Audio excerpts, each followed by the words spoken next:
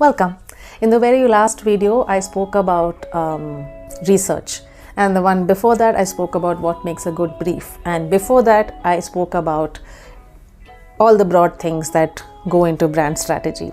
This one is about brainstorming. But first, a recap of the very last video with a drawing. Sorry to force this on you guys, but here you go.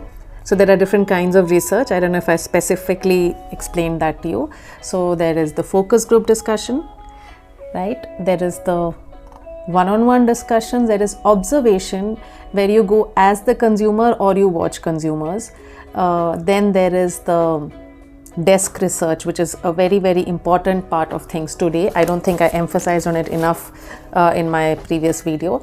But desk research involves observing how people related to our community and in general are behaving online with regards to the brands and products that we are catering in. So all right, and in addition to this, there is observation, trend spotting, observing trends. There is keeping a track of pop culture. There is keeping a track of counter culture, knowing current affairs. So a brand strategist's research is all about knowing more about more. Okay, so that successfully recaps about research.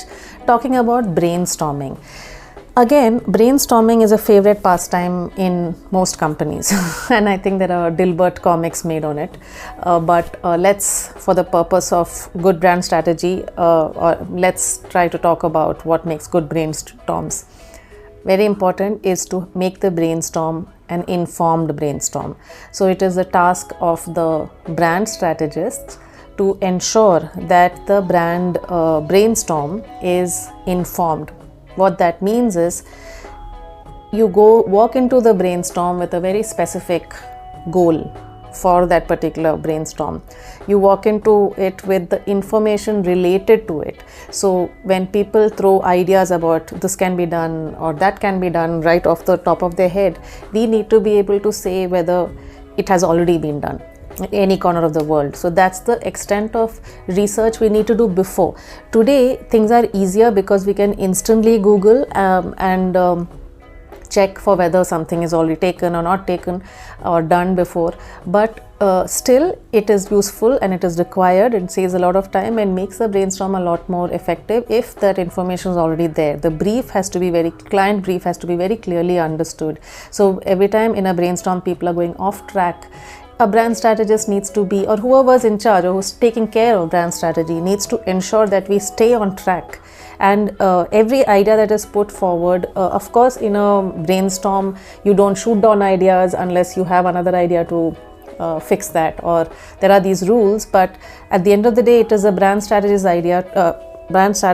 role to identify the good ideas and make a note of it, and that comes from knowledge, and also keep veering the ideation in the right direction. The minute it gets derailed, it is the strategist's job to bring it back on track.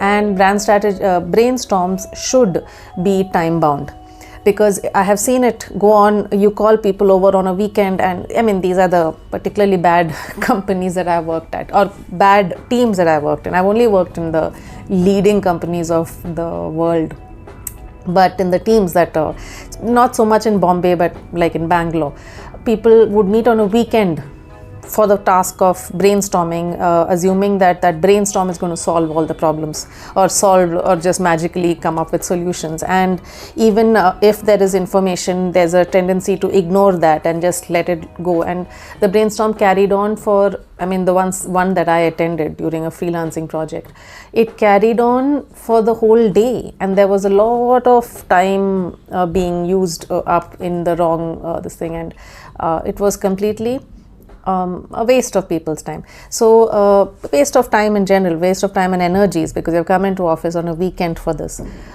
But I mean resources, not just human resource, but electricity and so many things. It's not good for the planet to come and work on weekends. So unless it's really required. So on any day of the week, even if it's on the weekend, it should be time bound, where at a certain alarm bell it goes off, or 10 minutes before that you note down all the ideas, and people vote for it. But brainstorm needs to be I don't know what the word for it is right now, but it needs to be tied together by a brand strategist. So that's an important part of brand strategy, because the power of the result of a brainstorm is what impacts the strategy itself and the creative output, and therefore it contributes to the brand and business.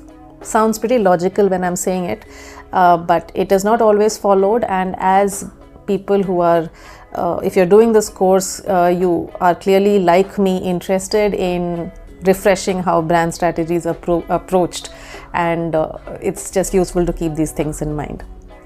The next video, I'm going to talk about specific time-tested tools that people use to solve or to articulate the strategy.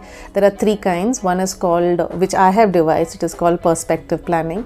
There's something else called scenario planning, which I'll tell you about in those videos. And there's something else which a lot of companies use in different forms, but just like the brand essence document, but I'm going to call it the sweet spot method, for want of a better term. It can be called with any interesting term, but the sweet spot method is what largely is, it really helps in identifying good ideas and strategy. So these are the 3 methodologies within brand strategy that communication brand strategists use, and I'm going to take you through those in the upcoming videos. Cheers.